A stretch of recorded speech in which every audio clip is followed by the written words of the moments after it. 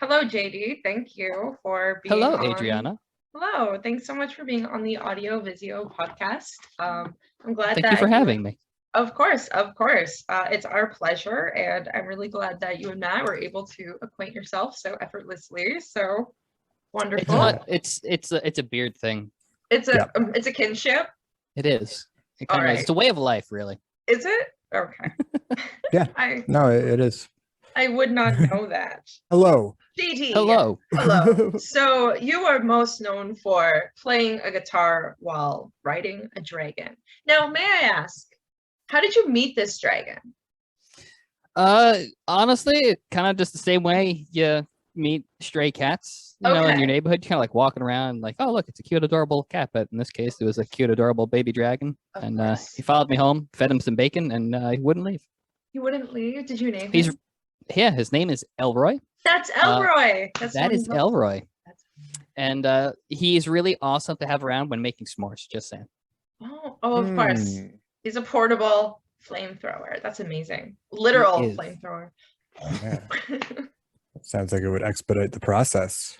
It makes it pretty severely, yeah. Of course, you are a session guitarist. You're a songwriter, a mental health advocate.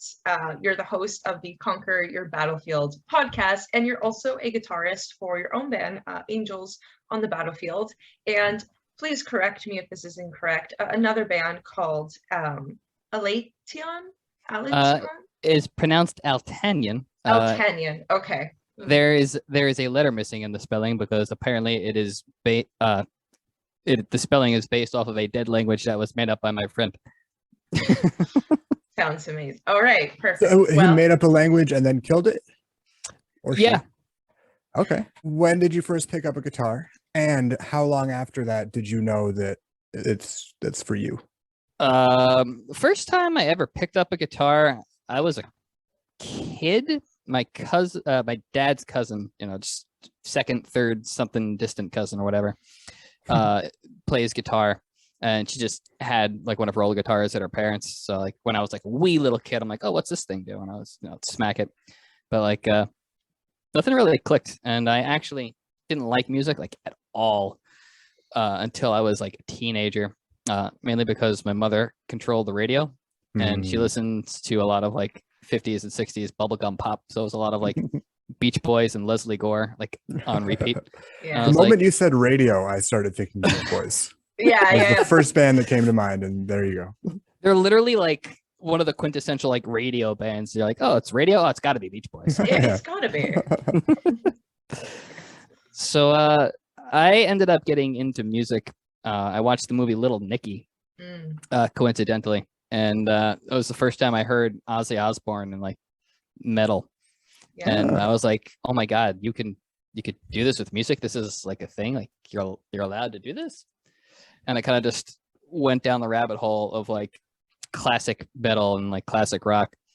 And then I ended up hearing a song on the radio, which was Nativity in Black, NIB by Black Sabbath. And by the time the song was over, I was in the car with my dad. He picked me up from high school. The song came on. The song ended just as the car parked in the driveway. When we got home, I just turned to my dad and I was like, I want to play guitar. And went to my grandparents the next day or like the day after or whatever it was, dug up my dad's old acoustic from when he was like 10 that he tried learning how to play and kind of just forgot about. And I just haven't put down the guitar since. Wow. Do you remember the first song you learned? It was the James Bond theme song. Hey. Is that just on the bottom two strings? I think so.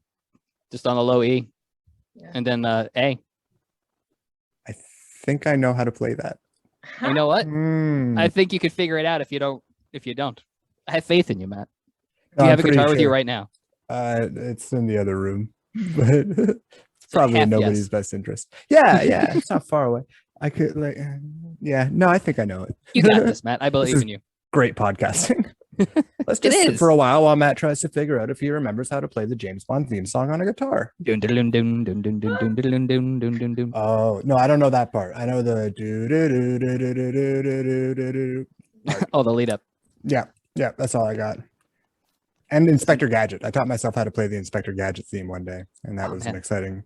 That theme is just so catchy. What happened to like kid shows, like just being really catchy and like memorable, and like the writers stopped doing drugs. There's no cocaine anymore. No. Yeah. And I guess Great I kid stopped shows. watching. like what happened was like all the stuff from like the 80s and 90s, like they used to have like really metal like theme songs, like freaking like Thundercats or like SWAT Cats. Yeah. Do you guys know SWAT Cats? I don't know SWAT Cats. No, I'm unfamiliar. It lasted literally for like 2 seasons, just because like the company that like was putting it out couldn't keep up with demand, so like they ended up canceling it. But it literally has like one of my favorite like theme songs ever. It's so metal. Do it for us. Sing it. Give us a little bit of it. It's gonna sound weird because it's 2 guitars and I'm only one person. Is it just guitar? Wait, there's no lyrics? There's no, it's all just like instrumental metal guitar. Okay, got it. Then I won't. Okay. And drums. Next time. Yeah, come prepared next time, JD. Yeah, come prepared. Okay. Come on. Hold on, let's go back in time. We'll come back with a SWAT Cats theme on cue. Get your shit together. Yeah, jeez. Perfect. That's our sound. And copyright claim. Yeah. Immediately. It's just expunged from the internet. So, JD, you were pretty accomplished in the music scene. You interned at Tough Gong Worldwide, which is Ziggy Marley's record label. That is true. I did. It's interesting accomplishment. How'd that happen? My aunt is actually their lawyer. So she had prior relationship with them. So when I said that I wanted to, let me backtrack a little bit. Basically, I had graduated college and I was trying to figure out what I wanted to do with my life. Mind you, I went to college for something that has nothing to do with music or business at all. And when I graduated, I was hanging out with my aunt and uncle, and I was kind of like having this heart-to-heart with them.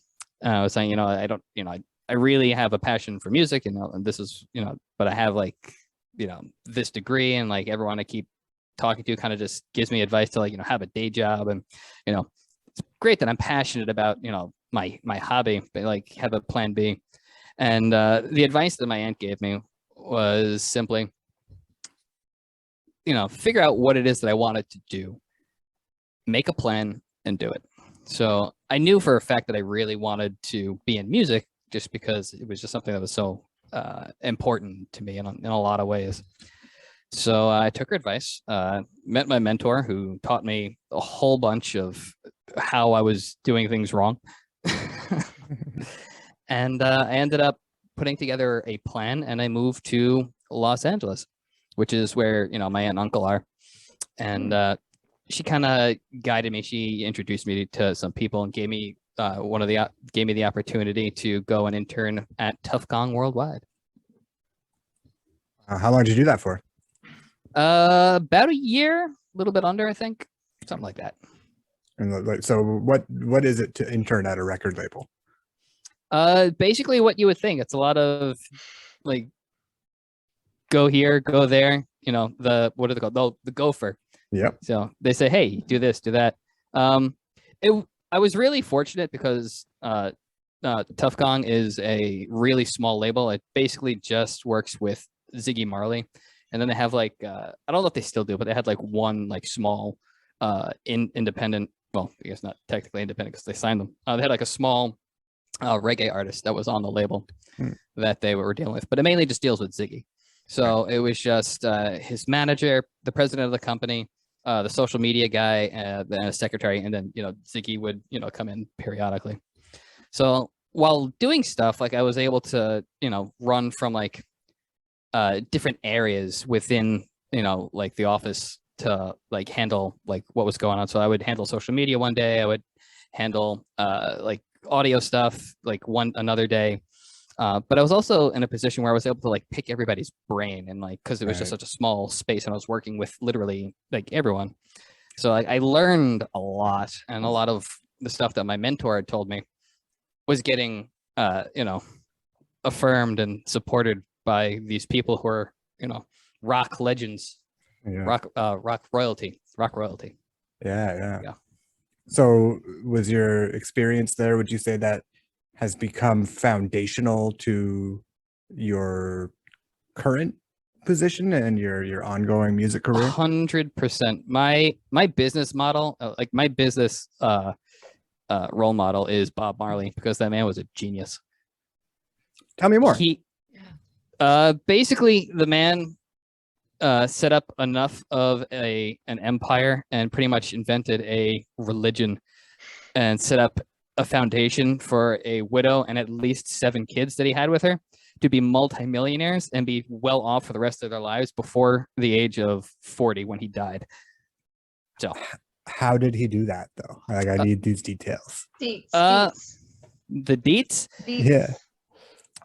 The main thing is that he never focused on pushing anything. He had a message. He had a belief. He had a way. He had like a philosophy, which, you know, if we're gonna break it down into business stuff, he had a brand that he just stuck to, and that's always what he focused on. So like if people started asking him, you know, about a song specifically or about, you know, his album or a tour, like he would answer really shortly, but he would also take over control of the conversation and create it into he would lead it to the overall message. So like he always had this thing that he was constantly talking about and you know, living, instead of just saying, hey, do this, do this, do this. Like he literally would go out and do stuff, and he would just support this message of peace and love, which is universal. You know, people can relate to that. Yeah. And he was the kind of guy where he believed in that message so much. This is a true story. You can look it up. He was performing for like a benefit concert for like in front of like a lot of people. And someone had an assassination attempt on him, came up and shot him on stage. They wrestled the guy away and they were going to take Bob Marley to the hospital. He pushed the people off of him and said, no, I'm going to finish, because if I leave, this guy wins. That's crazy. I've heard that story also attributed to an old president, but I don't remember who. Maybe it happened. Teddy Roosevelt. So that's crazy. Teddy Roosevelt, I think, was running for election, and basically some guy came up to him and, like, you know, really close quarters and just shot him in the heart. But he happened to have a copy of his speech in his breast pocket, but it was really thick, like stupid thick. And basically the bullet got stuck, you know, in the speech. He was definitely bleeding, but he was not like mortally wounded. So he ended up just, you know, brushing the guy off, and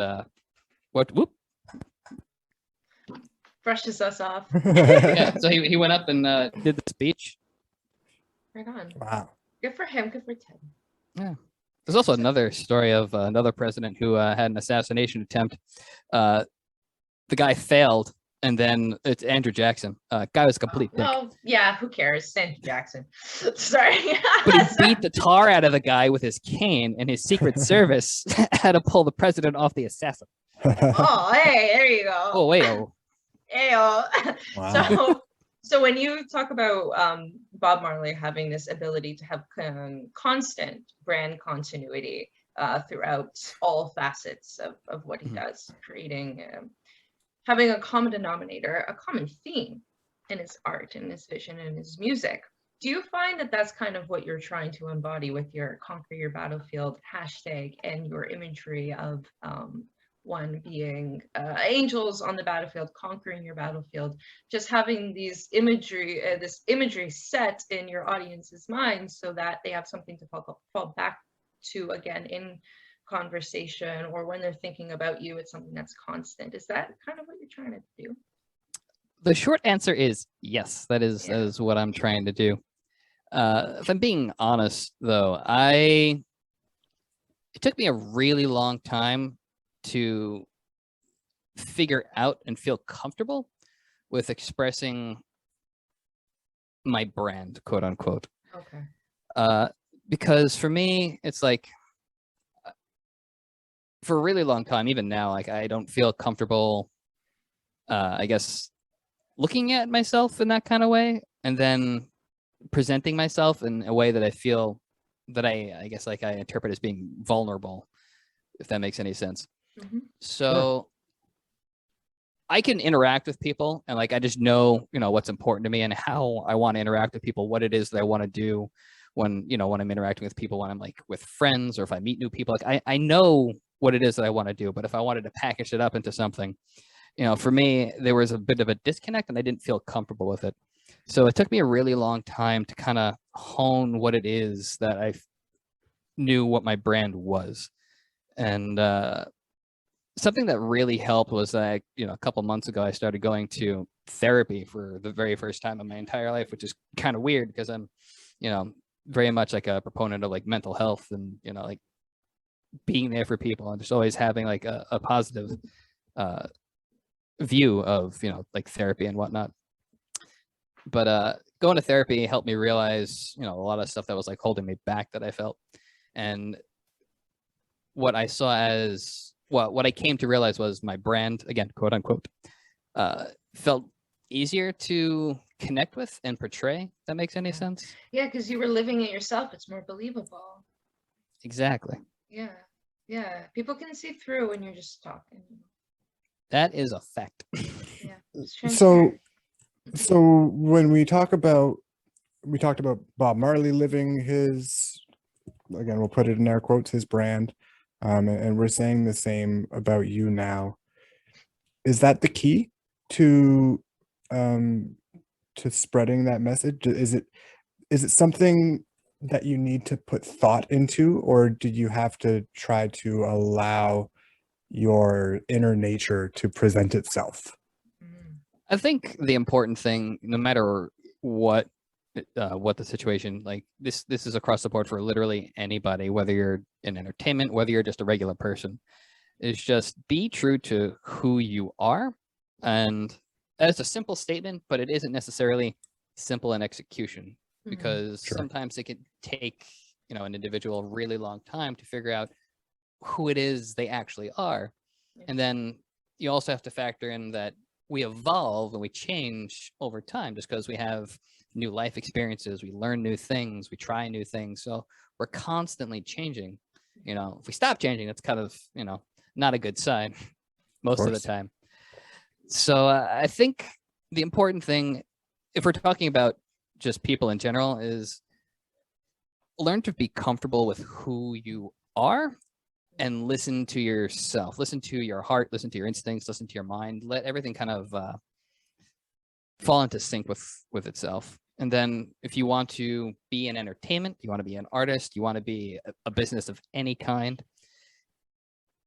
the idea of a brand is literally just that, but it's fine-tuned, and you get to handpick what it is that you want to portray to the public. Yeah. So in comedy, I hear people talk about writing good jokes, that you just have to write or at least perform stuff that makes you laugh. Yeah.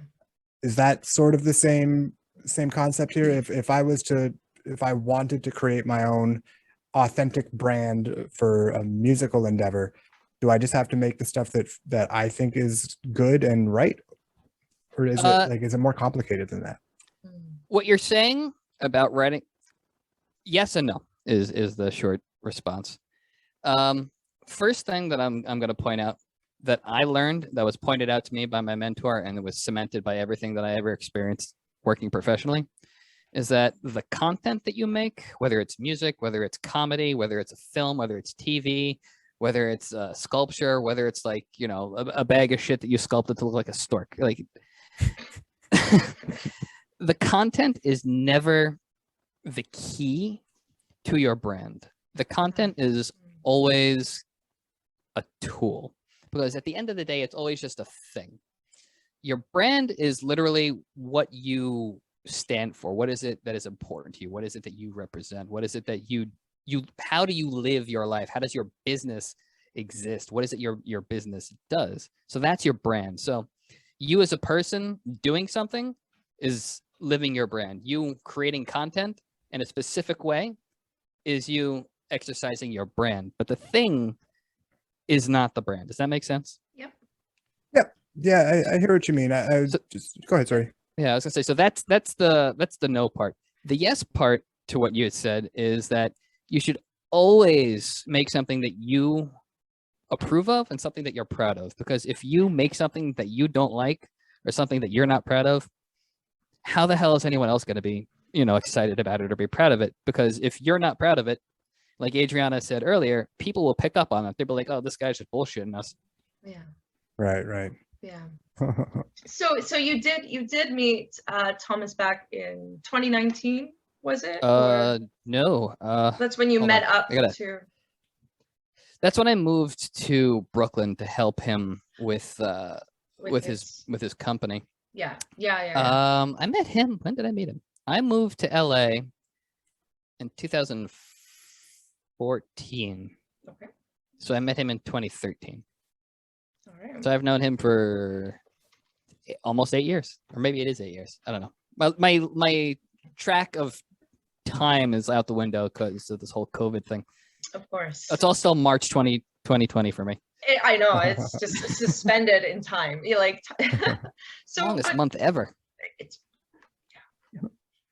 you want to? Sorry, go ahead. No, continue. I just wanted to ask if you could shout out your mentor proper. Yeah. Oh, my mentor is the wonderful, amazing, and awesome Thomas J. Beleza of BBR Productions. How'd you meet? Through the brother of a friend who ended up being like a mutual friend. Nice. And yeah. BBR Productions, what is that? Like, what's the company do? It is a consulting, marketing, and development company. So he does a lot of consultations, and he also does a lot of production work. So he's currently in the development stages of a couple of TV shows and a couple of films, a game. It wouldn't surprise me if he like had some sort of like time travel device also in development. Like he literally just does everything. Wow. So not strictly a musical mentor then. No, he did start in music, which is, how him and I were able to like connect so deeply, I think, because we both came from like a heavy metal background. But business is business regardless. But his specific insight is the fact that he came from the entertainment industry, right? And he's able to go, hey, this is how you relate, all the rules for any business ever, specifically to the entertainment industry. What was your role when you partnered up with him after knowing him? So when I partnered up for him, when I was, during my time working with BBR, basically it was just to be his right-hand man and kind of help guide everything, because the plan was to grow the company, and right before COVID hit, there was actually plans to go and start filming one of the films, but then COVID hit and the world got put on pause. So that project also got put on pause temporarily. What did you perhaps learn about friendship and business along the way? I learned that if you go into business with someone you're already friends with, it's a lot more casual, and you tend to both be a lot more passionate about what's going on because you already have that deeper relationship built. So like if you're both excited about something, you're like extra excited because it's like, oh, this person that like I love and respect is doing this with me, and we're both excited. If one of you is like angry or upset, you're also an extra heightened angry and upset because it's like you have the business emotions plus the friendship emotions. So it's like, oh, I want this to work business wise, but it's like, hey, motherfucker, see eye to eye to me. So it's no, it is a beautiful experience working with someone that you care about so much, but it is also it can be very delicate sometimes. Yeah. I was just thinking about our own personal trials and tribulations with the podcast, and that's why I was kind of laughing. Yeah. And it's also good too, like if you're working specifically with friends, if you're able to communicate easily back and forth, and kind of you I think one of the best things is that you understand each other's strengths and weaknesses, of course, a little bit more intimately, just because like you have that deeper relationship than just work associates. And I think that deeper understanding helps with communication overall, because you have a shorthand, or sometimes you can just give someone like a look, and like it makes things a little more streamlined. Yeah. For sure, yeah, it's a balance, right? It's delicate always, because when things don't work, if it works, it works, and if it doesn't work, it can ruin both the business and the friendship, right? Yeah, and then it comes down to fisticuffs. Yeah. Got to get your dukes up ready before you start, just in case. Oh. So Angels on the Battlefield is your band. You're the guitarist for that band. That is correct. Who comprises Angels on the Battlefield, and how did you meet? Up until recently, it was just me for a really long time. Okay. Before I left Long Island, I was working with a couple of people, and then I decided to, basically shift gears and like approach doing music as a full-time thing, but do it in a different way. And I ended up moving to LA, and basically that group of people disbanded, and like they stayed on Long Island while I went to LA. Then it was just me for a really long time, but lately I've been focusing more on the project and kind of developing the business aspect of stuff. And my friend Jason Klein has recently joined as the bass player. He's formerly of the band Butcher Babies. And then my friend William Learman is playing drums, and he is part of the band Voodoo Kung Fu, which I have also played with for a tour a couple of years ago. Yeah. And then my buddy Chris Wersig, who is a film composer, is also jumping aboard to add some strings and compositions. And in case we haven't mentioned this before, what do you do? What's your sound? You do metal? You make metal? I do make the metal. I smelt it myself. I go up into the mountains dressed as a dwarf. So really, you're an alchemist. This is what the whole thing is about. It's literally it. I go up to the mountains dressed as a dwarf. I smelt the metal. Yes. I make all the electronical components and the strings. Yeah. Yeah. When you smelt the metal, what did it smell like? That's I don't know, because I smelt it, but I definitely didn't dealt it. Victory, that's ambition, hope. You know what? I like that. Doors opening. You should handle all of my marketing. Thank you. Thank you. We'll discuss payment later. Now. So yeah, you're definitely, so your main sound would be you do metal. That's your genre. That's where my heart is. My heart's in the metal. But doing session work, I can literally play anything, because music's music. An A is an A G is a G. The chord's always going to be a chord, no matter how it's played. The thing that I find that makes metal music in and of itself is, it could be remembered and known for being very theatrical and very orchestral. And this is mainly because I would assume metal shares many similar scales and chord progressions as classical music.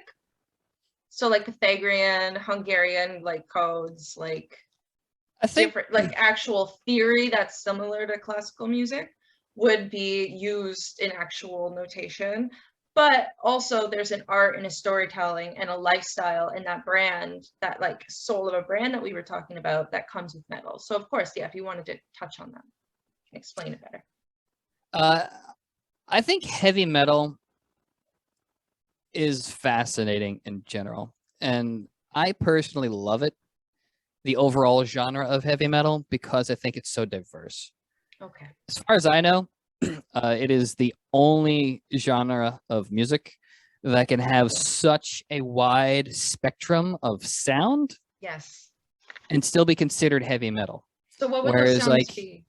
Whereas you take like blues and you slightly change it and it becomes rock, or you slightly change it again and it becomes country, or you slightly change it in a different way and it becomes jazz.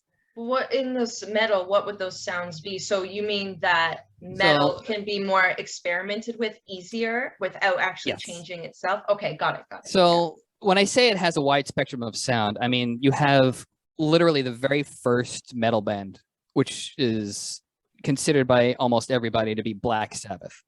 And you have a band like Black Sabbath, and like they sound like Black Sabbath. But then you have a band like Metallica, and they sound like Metallica. They don't sound anything like Black Sabbath. But then you have a band like Cannibal Corpse, which sounds nothing like Metallica or Black Sabbath. And then you have a band, say, like Camelot, who sounds nothing like Black Sabbath, Metallica, or Cannibal Corpse. And then you have a band like Periphery, who doesn't sound like anything like the other four bands, but they're all considered heavy metal. So what's the foundation? Like what makes heavy metal? What are the foundational principles that would identify metal versus rock or whatever else country? Yeah. Most of the time, the most distinguishing elements are the heavy drums and, most iconically, the heavily distorted guitars. So you can have like a hard rock song that has a lot of like, they'll have distortion on it, but most of the time hard rock doesn't have the as much distortion on their guitar tones.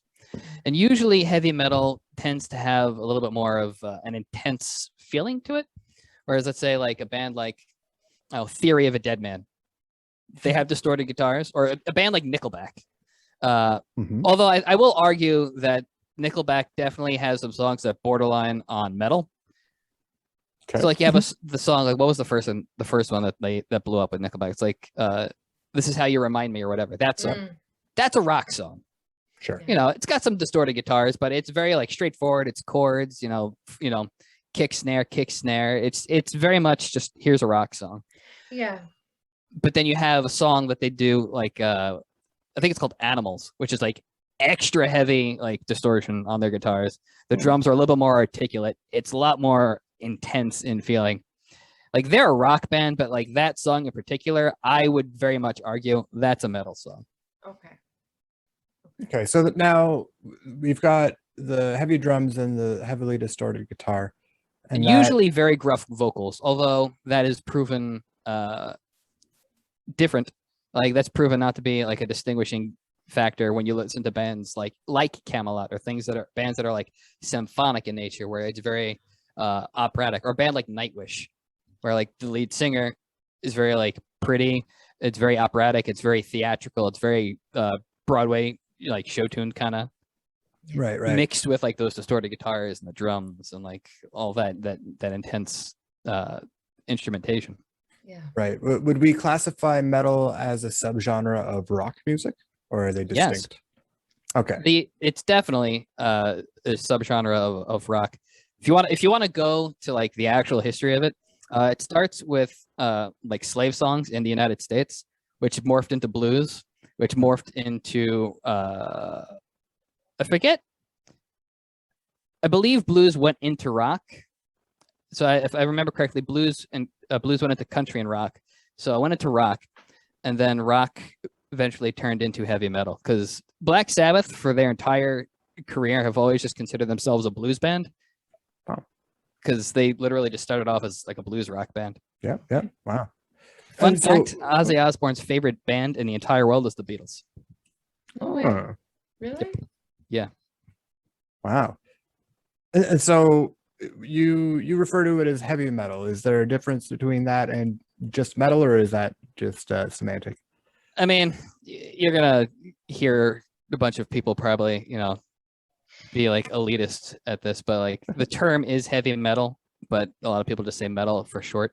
Right. People will argue and say that heavy metal is a subgenre and metal is the title, but like it's semantics in my opinion. That was my first concert ever. Wait, 2004 Ozfest? 2004 Ozfest. The very first band that came on was 9 a.m. It was a band called Bleeding Through. Are they still 9 around? a.m. I don't know if they're still around, but I know they were on like a hiatus. They came out with a new album, I think in 2018 or 2019. Oh, nice. Are you a frequent concert, COVID aside, are you a frequent concert goer? I was a very frequent concert goer, and then I started going to concerts for a living. So I only usually end up going to concerts if I'm working or if it's a friend. Fair enough. Because like most of the time, if I go to a concert now, I automatically go into work mode, and I'm like, No. Analyzing all the details of what's going on, what you would And do having better, a right? mild anxiety because it's like, oh, I have to get backstage. I'm like, oh wait, no, I'm not working. Or it's like, oh, I have to like, hang out with my friend, or I have to like go and network. And it's just like, no, this is relaxed time. But like, there's still that little voice in the back of my head going, you gotta work, you gotta work. Of course, of course. Have you had any similar musical revelations with different genres from being in a live venue? Yes, I've learned that I cannot stand listening to jazz, but I absolutely love seeing live jazz. Oh, Because to me, it's like going to a lecture. Because half the time, Yes. if you're going to a jazz thing, they're just like improvising. right. But like, Yeah. if they're riffing off of each other, it's like I could sit there as a musician and be like, oh, that's cool. I can watch everybody and like pick up on little things. I'm like, oh, I see what you're doing there. And their sound parties even look like they're in lecture halls. They even Yeah, look and everyone's like wearing they're, like the little like professor glasses and yeah, like little like yeah. And their bass player is usually in like a tweed jacket or something. Yeah, Like the yeah, elbow yeah. patches. And there is a chalk. I was just watching Snarky Puppy on YouTube. There's like a fucking chalkboard behind them. I shit you not. Like there. Oh my god, that's so funny. No. They're like, oh wait, what's the chord progression? Yeah. So, who is the most famous musician you've played with, in your eyes? The most famous musician that I've ever played with, I did a one-off. There's something in LA called the Ultimate Jam Night. Basically, it's like a weekly thing where a bunch of people just every week has a theme. So one week could be like, Paul McCartney night. Next could be like heavy metal night. Next could be like the 60s. And next night could be like, Alice Cooper, stuff like that. It's there's a new theme every night, every week.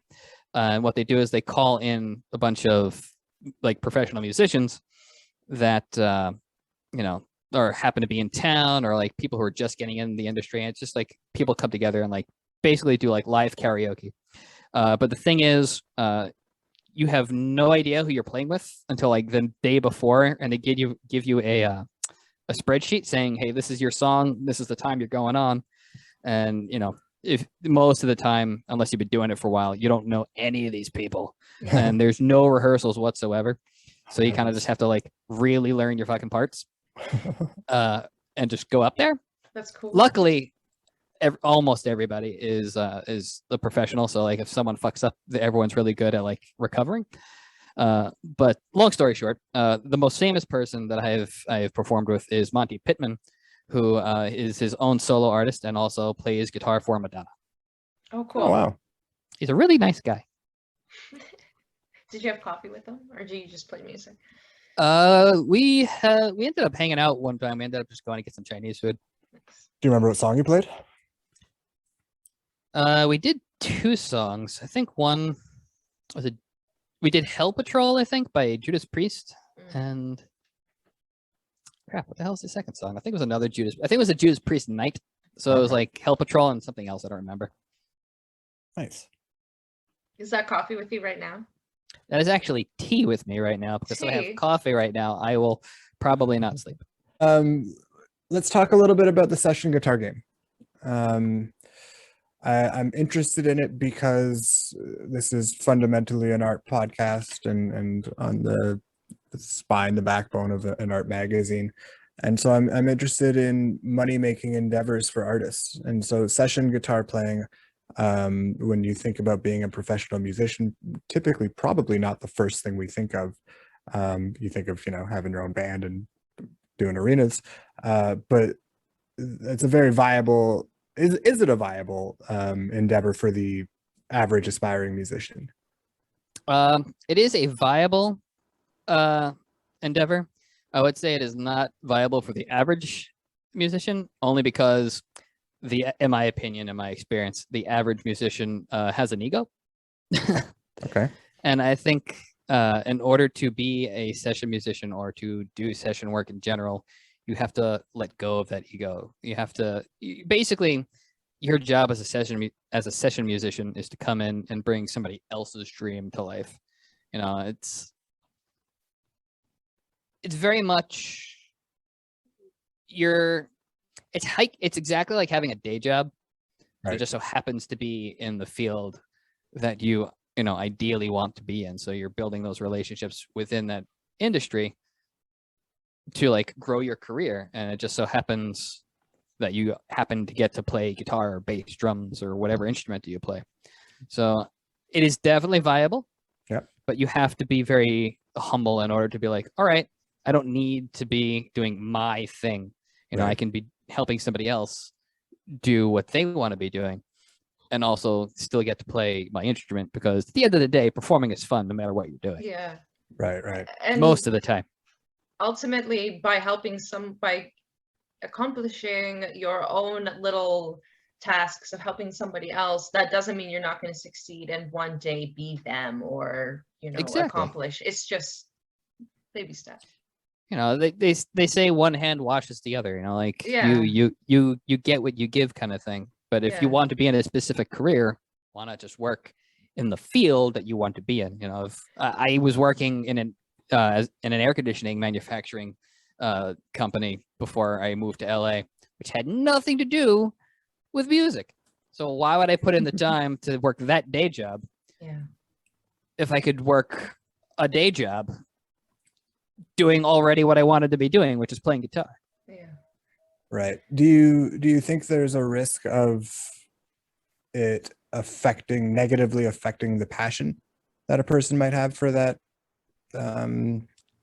art, I guess? I think if a person is not able to separate the business from the art, then yes. But one of the things that Thomas taught me was that going into doing this professionally is you have to have two ways of thinking. You have to have your business brain and then your artist brain. Okay. When you're creating stuff, throw the business brain out and just create with your heart, because you have to just create something that you're proud of, something you're passionate about. You know, art is art. Like, you're not going to be proud of something if you're just trying to write, you know, a radio hit, or if you're just trying to write something you think people are going to like. Write Right. something that you're proud of, or create something that you want to hear, something that means something to you, and Yeah. you know, make that. But once that's done, turn your artist brain off and turn on the business brain, because your business brain's going to go, all right, you made this thing, it's cool, whatever, but how do we turn this into a business, and how do we make this profitable? Yeah. Right.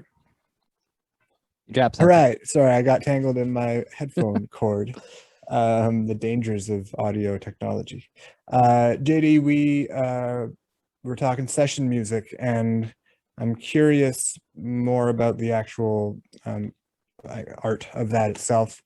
I've heard that folks like the Beatles never played their own instruments in the recording booth, as it were, and typically had session musicians record I don't know those if that things. is necessarily true, only because Paul McCartney himself plays like 50 different instruments. I'm definitely over exaggerating, but like Fair. he plays a lot of instruments Right. well. So for them not to play, I think would be weird. But again, don't quote me. Sure, I Kiss, won't. Kiss, I know, has definitely outsourced people to play for them Right. on the record. And so perhaps I misspoke with the Beatles, but I do know that's for sure a common thing among older bands, particularly.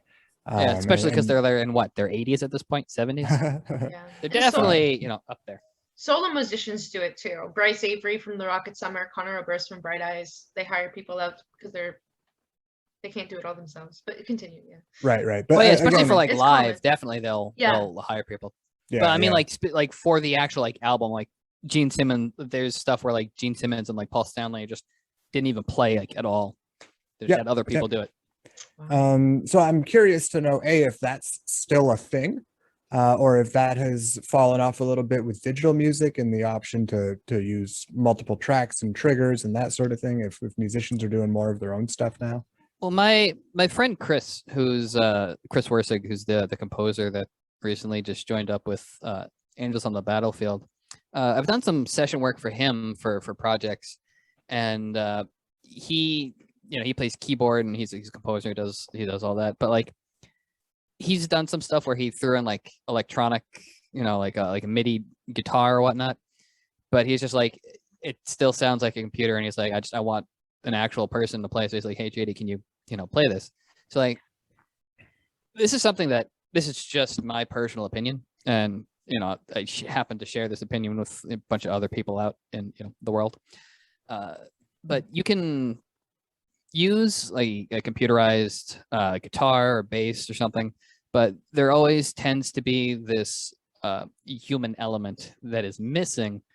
Even if you have something where you have like the randomizer, which just humanizes the performance, it's still not 100%.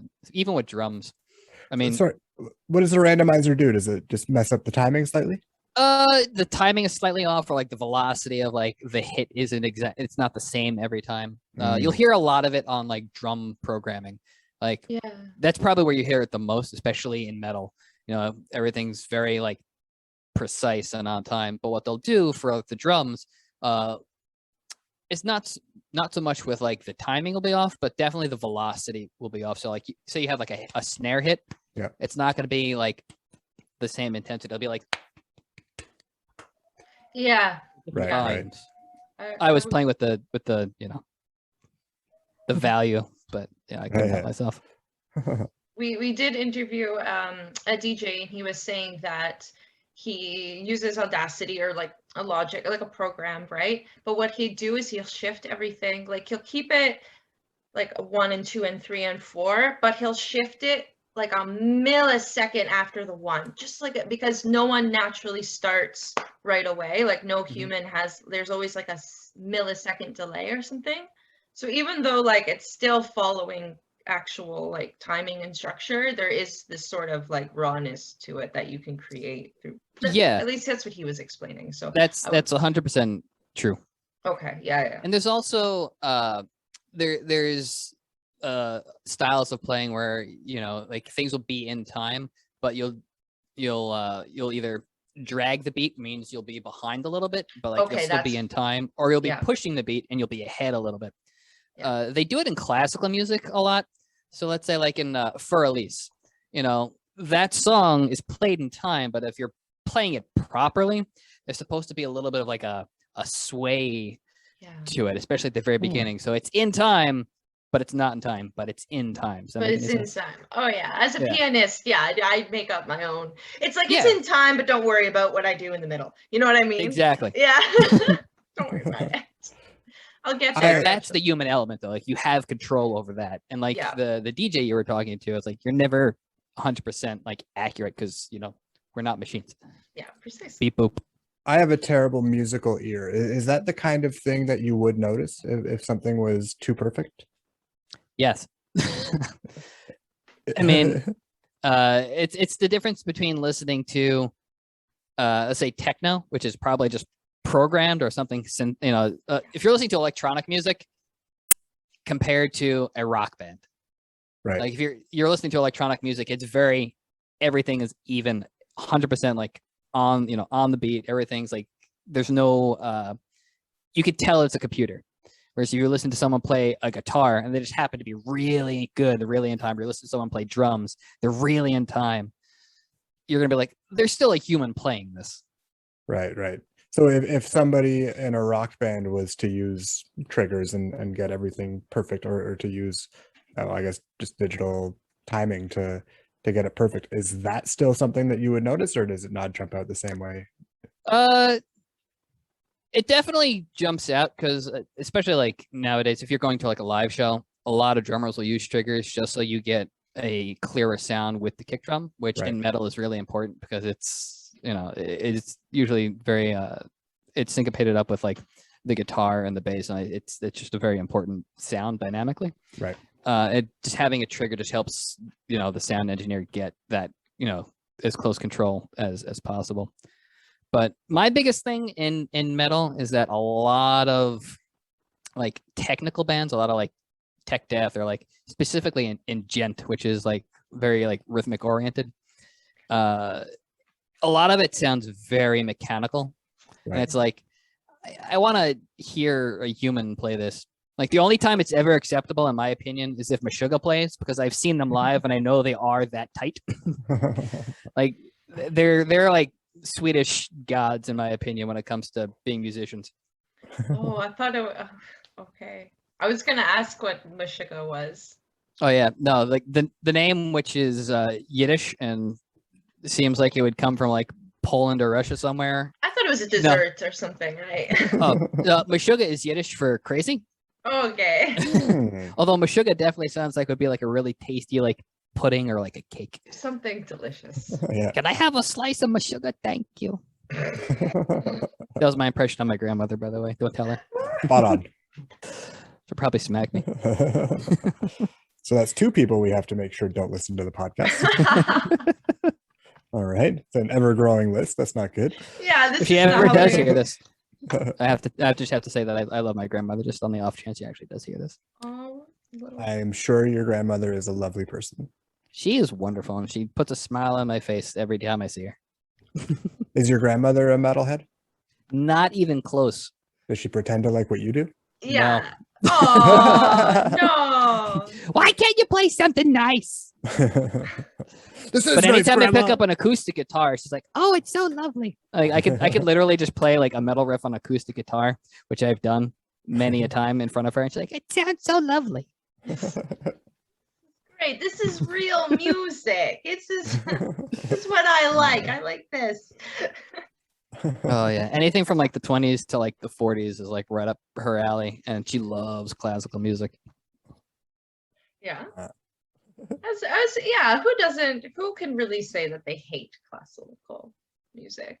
I guess a lot of people can say that with great conviction. That and country music. Oh god. True. Do country folks and metal folks are they polar opposites in terms of fan base? Do you hate each other? If you ask any Pantera fan, they will say no. Okay, why is this? Because Pantera is literally just Southern metal. Like Oh. they're like good old boys that happen to just play metal. Okay, right on. See, and that's the thing. We can't. I don't know too much about metal myself, so that's why I was very interested in having you on, just to learn more. Oh, well, about thank you it. for having me again. Yeah, of course, and also it's not people who we usually interview. They're mainly artists or painters or folk musicians rather. And so to have someone of this quality of music and this type of music is an interesting look into the mind of an artist. And actually, and in general, all people who listen to metal and look like they listen to metal remind me of vampires. It's kind of like you all just. We almost all hate the sun, which is weird because there's like a whole heavy metal cruise thing, which I still can't wrap my head around. It's a submarine. I wish it's on like a cruise ship, and they go to like the Bahamas, and like they all hang out in the sun afterwards. Which again, we're all like vampires. I'm like, how are they not like bursting into flame? That would, yeah. I don't know why that isn't happening every year though. There's no bursting, so we're good to go. Thankfully. Yeah. Do you think Yeah, an Italian? Sorry. Nope. No, please. Do you think an Italian could ever be a vampire? Have you seen my fridge? Oh my god, I don't Full of think that garlic. would happen. No. I think any Italian would either just like automatically just like burst into flame instead of becoming a vampire, or they might all just be immune because of the level of garlic in the bloodstream already. That's a scary class of vampire. Yeah. We can't Or be they would made. become like Blade and become daywalkers, and then we're all doomed. Yeah, because they can't be made. They're the ultimate vampires. All right, we're definitely doomed. Do not let any Italians become vampires. Yeah, I'm I just try to stay away from them in general. I mean, it's good idea. Proactive. Yeah. Unless it's Louis from Far away. Interview with the Vampire. He's like, I don't want to eat people. No. Interview with vampire. I Is meant that the one- Italians. Yeah, Oh, I yeah. know. Matt Oh. hates Italian. And Yeah. he says Italian like it's the fucking 1920s. Listen, I will hang says out with that? any Italian except for Mussolini, but mainly I- because they're all just going to try and feed me. Italian. Y'all are crazy. Listen, I will That's never true. say no to pizza or pasta. Isn't he? He's hanging out somewhere. Hey! Oh wait, no, they cut off. Did they hang him or cut off his head? I forget. They hung him in the square. Oh, okay. Well, we They can't might talk have about that. decapitated him afterwards and like mutilated the body, but he definitely got hung in the square. Yeah, he's probably knocked around like a pinata. I can't. Sorry, we're not. Yeah.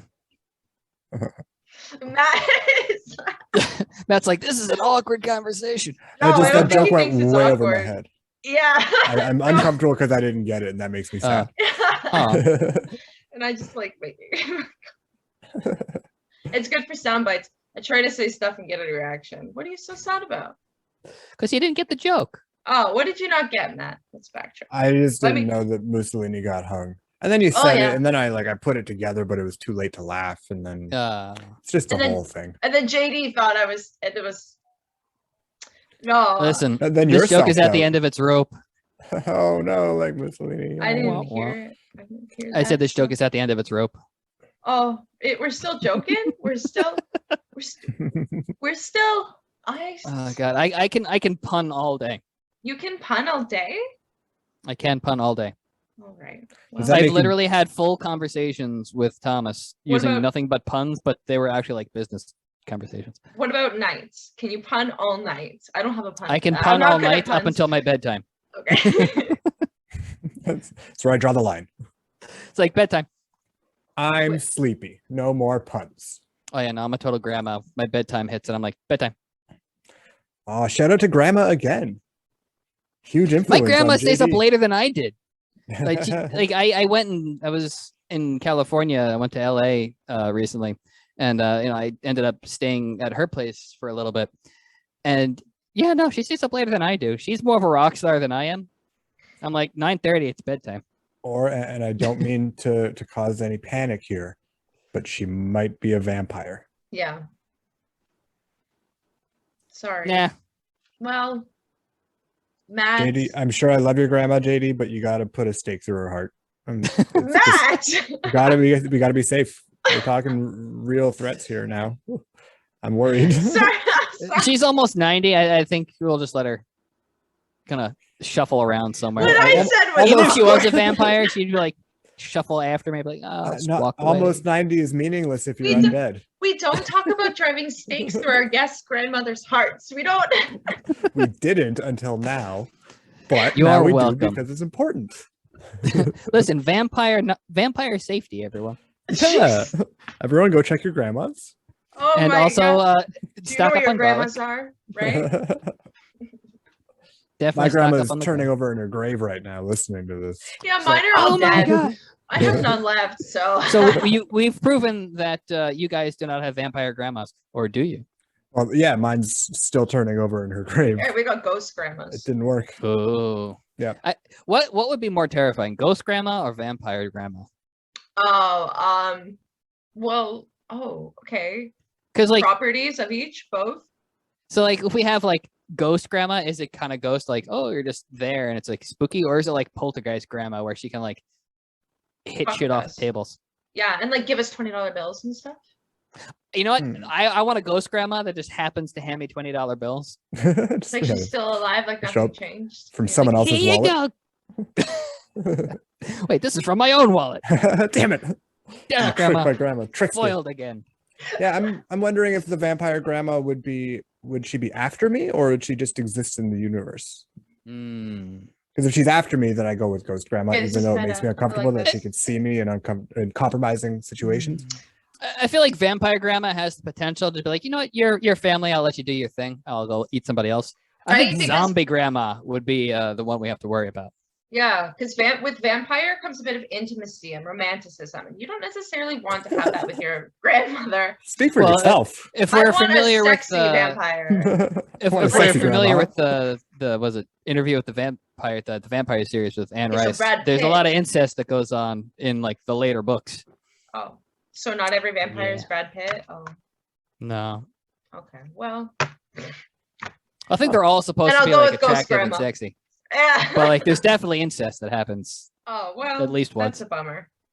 Yeah. But then they're just royal then. That just makes them royal. Yeah, it's very Habsburg. All right. Well, I'm thoroughly uncomfortable now that we got into the incest part of this. With grandma. With any grandma is weird to me, but with my own. You're like, this is even weirder. Yeah. You even thought about it? My mind didn't even go any of those places. So let's talk Matt. Who hurt you? I try to think about what our guests say actively, you know? You talked about driving a stake. Yeah, I'm trying to save the world. Vampire sacrifices safety must be made. But grandma incest is where he draws the line. Yeah. That's grandma incest porn. Listen, if my grandma was trying to incest me, I would put a stake through her heart. JD. It's real whether simple. she's a vampire or not. Yeah, no, human. You're done.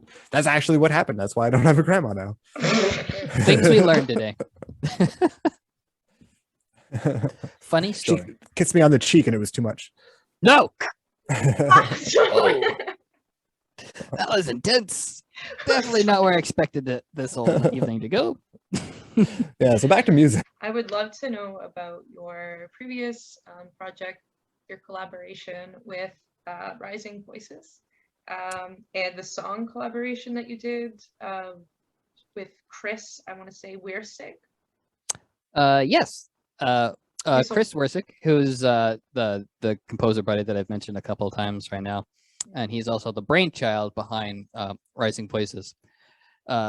Basically, last June, when all of like all of the race riots were happening here in the United States, and like the entire world was basically just one giant riot because everyone was stuck inside for months, and all of like the shit that had been boiling up for like years kind of came to a head, and like everyone was kind of like, I want to change and get out of my house as well. Basically, Chris had the idea to put together this charity song, which was a cover of a Depeche Mode song, People Are People, that basically the idea was to put the song together, record it, and then donate all of the royalties to a couple of charities that were helping to help underprivileged African Americans here in the United States, specifically for anyone that was getting like arrested like unlawfully, helping them pay for like their legal fees. And then also one of the other charities was that helps basically educate people on the election system, because we had our elections coming up. So that's what that project was.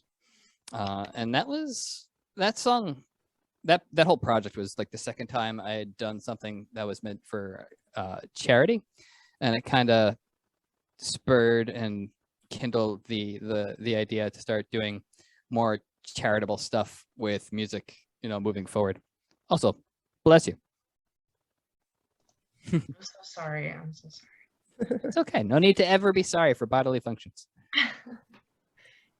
That is a very admirable endeavor, especially to do something for something that helps underprivileged youth, that ultimately allows people to have a hands up rather than a hands out.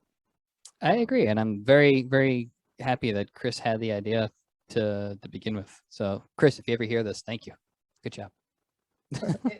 I'm sure, I hope, and I'm sure he'll hear it. And then what's your upcoming collaboration that you have? Voices in the Dark, is that the name of the song? I'm working with my friend Ken Bulbus, who's another guitar player. He plays in the metal band Orphan Lamp. They are from Israel. They're very, very, very Jewish. And basically the song is meant to help raise funds for NAMI, which is a mental health organization, and the URock Foundation, which is another mental health foundation. Is that a common thread for you musically to try to either raise awareness or funds for a cause? It has not been, but as of late it is, mainly because as I mentioned earlier, I started going to therapy a couple months ago, and I realized what really drew me to music is the fact that it helped me deal with basically anxiety my entire life, and it helped me make sense of all of the inner turmoil that I was feeling, and it helped me kind of make sense of the world around me, and it kept me centered when I very much could have gone off the rails, and in a not so good way. So I started asking myself what it was that drew me to music, like what was so important about it for me that like made me want to literally do this for the rest of my life. So I came to the realization, it was like, oh, it helped me with my mental health struggles. And I've also I've had mental health be a theme in my life for as long as I can remember, from my immediate family to like extended family to friends to intimate like romantic partners. Like it's just been a common theme. So I felt that moving forward, finding a way to give back to the community and use something that has been so pivotal for me and use it to actually do some good for other people in like an active way. I felt was the course that I wanted to take. Yeah, I've been on your podcast personally, the Conquer Your Battlefield podcast, which is You really have. an outlet for people like myself with mental health issues to share their stories about what they're dealing with and ultimately how they overcome their struggles that they're on their own personal battlefields. And I can say that you are a great leader and a great advocate for such issues because of your ability to remain neutral and open-minded and understanding of exactly how each person's journey can shape them. And so it was nice to come on your podcast and discuss it. I like what you're doing with it. Well, thank you very much for the kind words. You can't really tell because of all the red reflecting, but I'm definitely blushing, and also the beard's hiding it a little bit. But thank you. And I try to remain as neutral as possible because I understand that everyone has their own unique journey that they've been through. Everyone has their own unique experiences, which culminates into, who they are, in the current moment. And I feel that what I have gone through personally has definitely not been easy a lot of the time. And so I feel like that also helps me understand if I'm talking to someone who also is going through something or has gone through something. And I understand,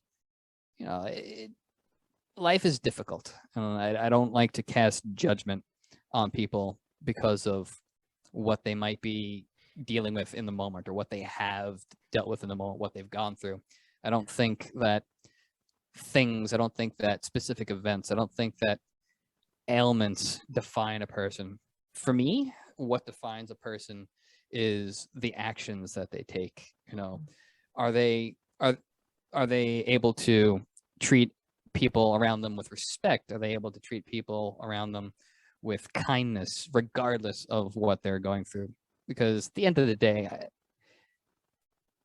even if someone is struggling with, some mental health condition, or someone had, an abusive parent growing up, or they happen to be having a bad day, I think everyone is still responsible for their own actions. And I don't think there's ever any excuse to treat other people with disrespect or to go out of your way and harm anybody physically or emotionally. Yeah, I agree with you wholeheartedly. Oh, well, thank you. Yeah. It's the beard thing. We just have the same philosophies in life. I knew I agreed before you even started saying that. I agree. I like don't his have a beard. beard. We need to get you like one of those knitted like ones that have You like the were little saying. Viking hats. Yeah, I'll get one. Yeah. It'd be like a perfect Christmas present. Yeah, it'd be great for Christmas cards. Yeah. Yeah, the modern ones don't have a mouth hole anymore. It's just it's a Viking COVID. COVID mask. Yeah. Growing our fake Viking beards. That's the problem with COVID. I was okay with it until the Viking beards turned full. You've ruined our face. That's the real constitutional issue here. Yeah, Viking beards are being taken. You gotta draw away. the line. Gotta draw the line somewhere. And that's where I So, draw it. North God. Korea or Viking beards. There's issues, but Oh God, that's so funny and accurate. Yeah. You can't tackle them all at once, and I'm gonna start with the Viking beards. It's the most important one. It's closer. It's right down the road. Yeah. Listen, it's closer to the heart because it's on the face. Hey. Yes. Thinking a little bit more about your openness to the varied stories of any given individual. Is that so? I'm a words guy. I like rap music, and not most of it because most of it's not good, but I like it because it's a vehicle for a lot of words. I like comedy because it's a lot of words. You like the articulation. Yeah, and it's just honestly, it's the way my brain works. I said a few minutes ago that I don't have a good ear for music because I don't. I can't differentiate flavors very well. I can differentiate them, but my mind just doesn't, like, I don't think in terms of food or music or sports. Like I You believe process with language in exactly. general, I'm assuming. Yeah. I believe in the multiple intelligences. And I think everyone's a blend of them, but my primary mode is words. But when we're talking about Do you speak multiple languages? Nope. I know rudimentary words and a couple different ones, but that's all. Sprachen Sie Deutsch? I know what you're saying, and no. No, I don't speak German. That was German. Yeah, yes. Look at me go. Woo-hoo, high five. But yeah, that was fun. A little high five. So when we're talking about the various stories that everyone has, I see music as a really great vehicle, even more so than the lyrics that come with music, for connecting with every one of those stories individually and meaningfully, because it leaves so much to interpretation, and so much music itself is fundamentally, I guess, metaphorical, and then lyrics can amplify that, or they can distract from that. Is that when music is at its best, when it's allowing you to connect to it? That's a weird question. I'm sorry.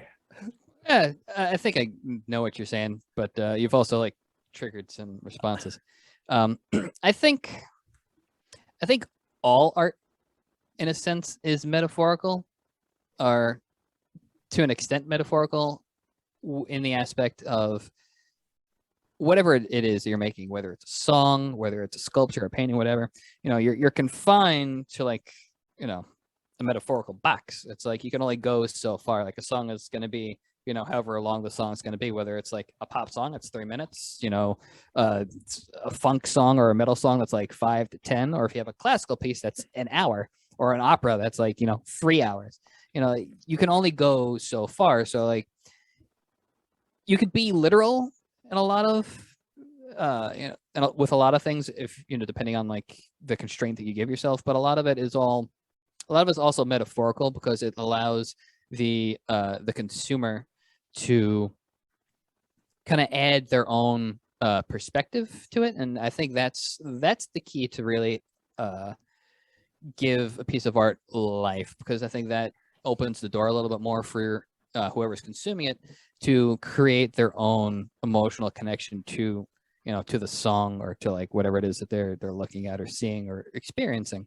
And I think that also creates more of an invitation for the consumer to latch on emotionally to the artist themselves. And I think that pathway from consumer to the art to the artist is what creates a strong bond, and that is what creates a really a long-lasting experience. But here you are. Oh wait, there you are. This is you. Found it. There is JD right in the center here, and you were with, what's the name of the band? They're called Necrogoblicon. All right, and you were like their mascot? I really don't. Yeah, I toured as the little green guy for about a year and a half. Really cool. Which is definitely the most unexpected gig I've ever had so far, but it was definitely a lot of fun. That's right. And this is unrelated to Elroy.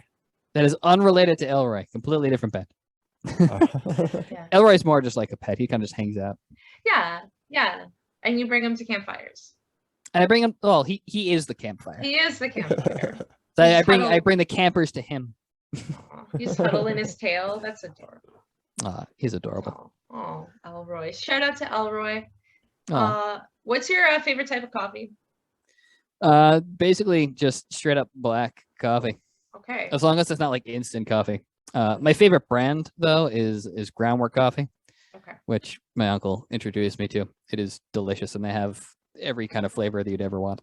I need to know these things. I stalking your Instagram, and I saw that you have an Instagram story highlight dedicated to coffee. So I needed to know coffee what your favorite coffee was. That's Groundwork vital coffee. Information. Okay.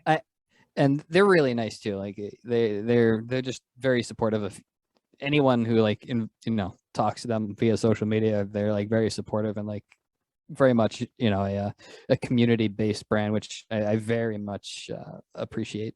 Yeah, of course. Nice. Fender or Gibson? If I had to pick, I'd go with Gibson. So do you use both typically? I don't use either. What do you play? I use a Ormsby? Schecter. A Schecter. Schecter. Schecter. All right.